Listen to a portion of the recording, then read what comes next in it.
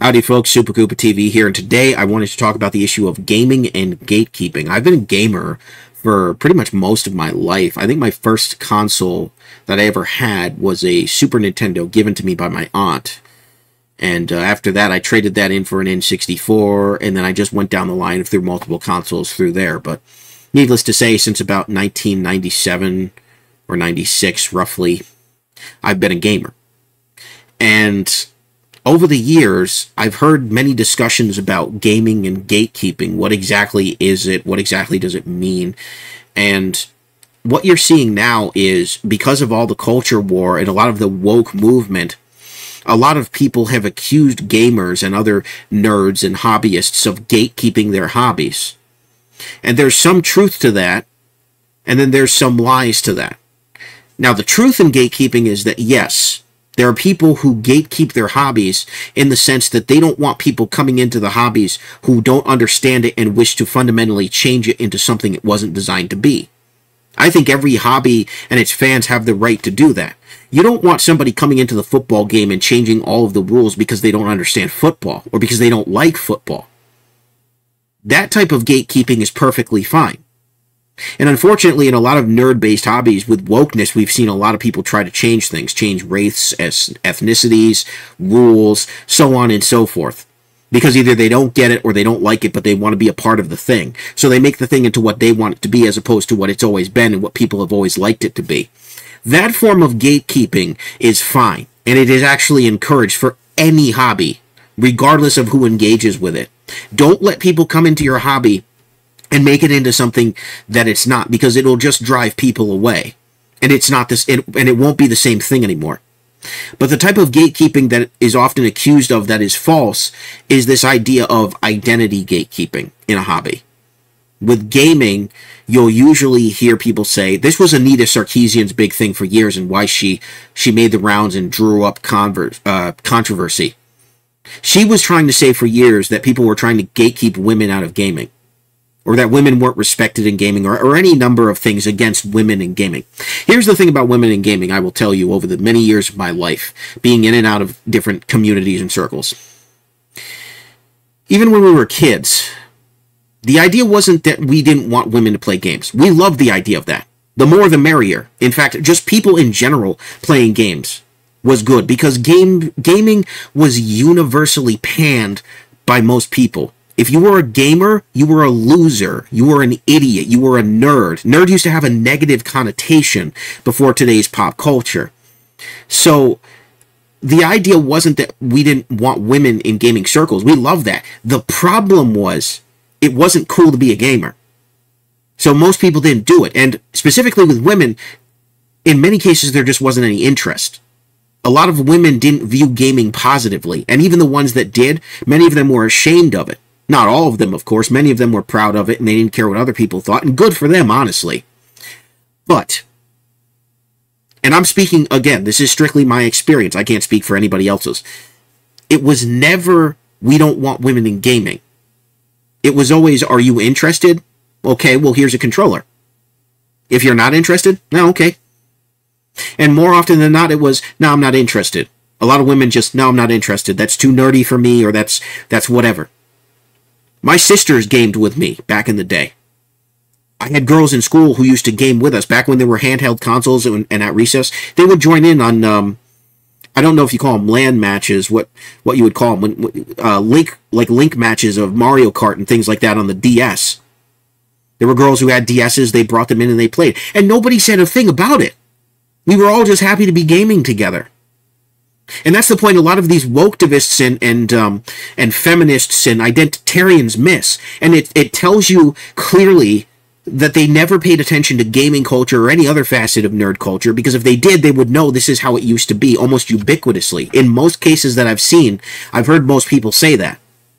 It was never that girls aren't allowed to play video games. That's usually an angry brother talking to his sister who's, you know, back in the day they used to play on, it would be two brothers playing on a console and the girls, can I play? And no, you can't play. We're in the middle of a big match. That's that sort of thing. That's not gatekeeping. That's just your brother being a jerk. Or your cousin or whoever. has nothing to do with men trying to gatekeep women out of gaming. And I think that that's what they have used as an example of trying to gatekeep women out, is the angry younger or older brother that wouldn't let his sister play.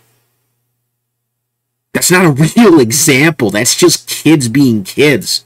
And eventually mom or dad steps in and goes, yeah, you got to let your sister play.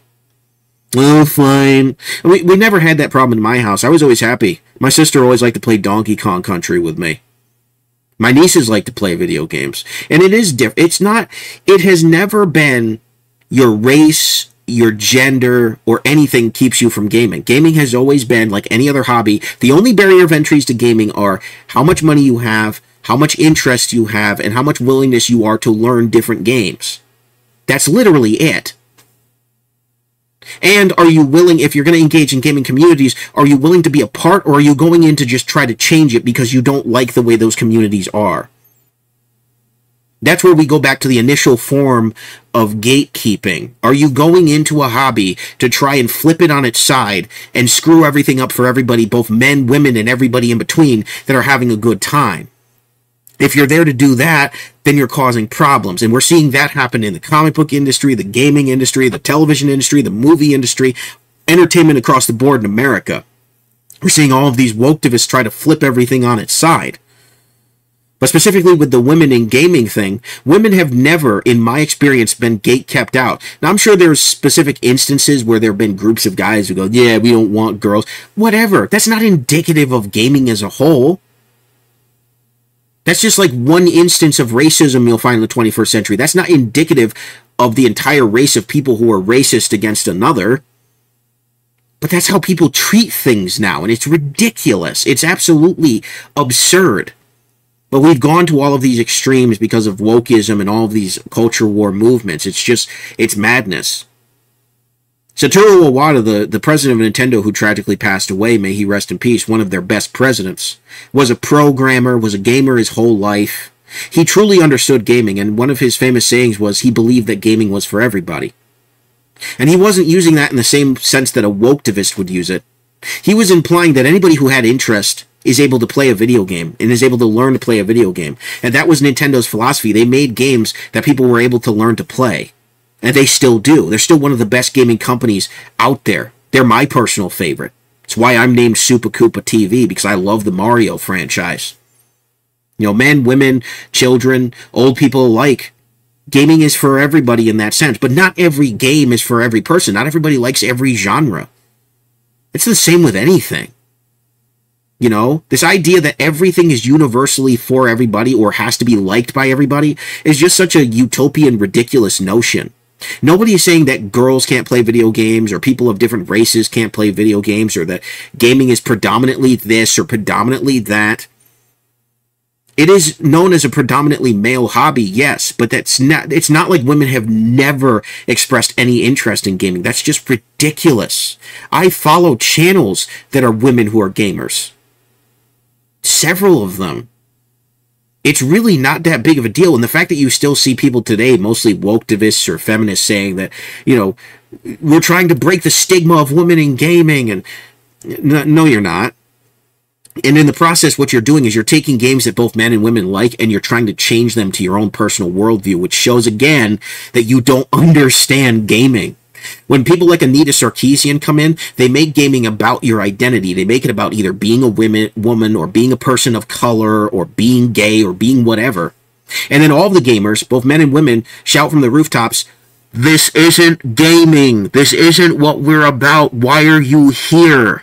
Why are you trying to use gender as a shield to change this experience that we all love?" And that's why people don't like Anita Sarkeesian. Or people like her. People who are trying to change gaming into a culture war battle. Or comic books. Comics have long since been gone, man. Oof. But gaming is getting up to that point, and it's bad. It's really bad. They're trying to ruin our hobby. Just like they're trying to ruin everything else, all the woketivists. It's ridiculous. These people were never interested in the hobby for what it was. They saw the hobby, they felt excluded from the hobby naturally because they weren't interested in it. So they went in and they made up excuses that, oh, women aren't allowed, people of color aren't allowed, or they're not represented, or whatever. And then gamers, who are as diverse as they come, are all sitting around going, the heck is this person or these people talking about? We've all been sitting here having fun playing games, and now they're trying to change games into something that they deem more appropriate, the authoritarian jerks.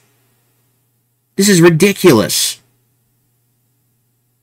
So those people should be kept out of gaming, who want to make gaming into something that it's never been, and accuse gaming and gaming culture and gaming communities of being horrible when they're not. Look, the worst you're going to get are people on things like Call of Duty.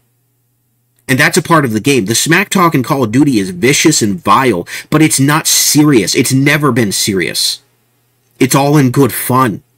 When I started playing Halo, I got a message from somebody saying, never play Halo again. You know what I did? I just blocked them. I laughed and I blocked them. And it wasn't personal. It's just I didn't want them sending me messages, first of all. But second of all, it's how some people handle the games. People smack talk all the time. That's why there's a mute button. But you get some of these people, a lot of these feminists come into gaming and they see that level of toxicity and they're like, oh, that's an attack against me. I can't have that. We got to go to the companies and change it. It's disgusting. They don't get the culture. It's not serious. You're taking it seriously. Well, they shouldn't be acting like that. Says you. This is why Xbox and PlayStation are engaging in such censorship now. Because these people can't handle the banter, which is what it is. It's banter. If it ever goes beyond that, call the freaking police.